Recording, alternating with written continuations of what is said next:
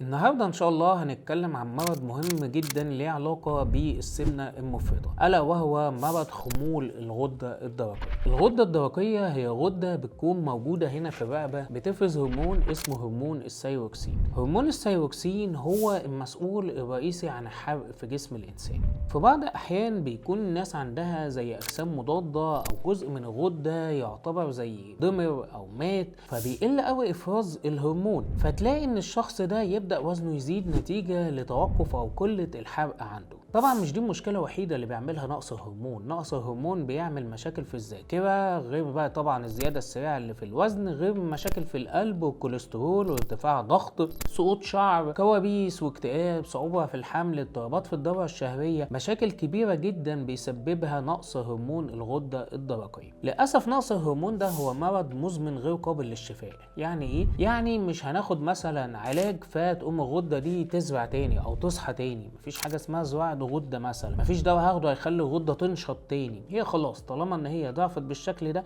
فهي مش هترجع تاني تقوم بوظيفتها زي قبل كده. الحل هنا بيكون ان احنا بناخد هرمون تعويضي، بناخد اقراص. الحمد لله ان علم اتطور، والحمد لله ان الاقراص دي متوفره. ناخد اقراص هرمون اسمه هرمون الثيروكسين، سواء التروكسين او المواد الشبيهه بيه. اهم حاجه ان احنا بنمشي على الجرعه دي مدى الحياه، وبنحلل كل شهرين او كل شهر ونص علشان نشوف هل الجرعه اللي بناخدها ملائمه، هل محتاجين نقلل، هل محتاجين نزود، بحيث ان احنا بنظبط الجرعه على احتياجات جسمنا. لو جه حد عنده خمول في الغده الدرقيه وعمل عمليه سمنه، طالما ان هو بياخد الهرمون بتاعه فهو زيه زي اي شخص في الدنيا، هيخس عادي خالص. مش انا عندي خمول في الغده فانا مش هخس حتى لو عملت عمليه، لا، انت لو خدت الهرمون التعويضي هتخس بشكل طبيعي. الفكره كلها ان انت لو ما خدتش الهرمون هتلاقي نفسك ما بتخسش، هتلاقي نفسك بتتخن، هتلاقي حرقك وحش. لكن طالما ان انت بتاخده فانت هتخس بشكل طبيعي. لكن الزياده اللي انت زدتها قبل كده مش هتخسها اوتوماتيك لمجرد ان انت بدات تاخد الهرمون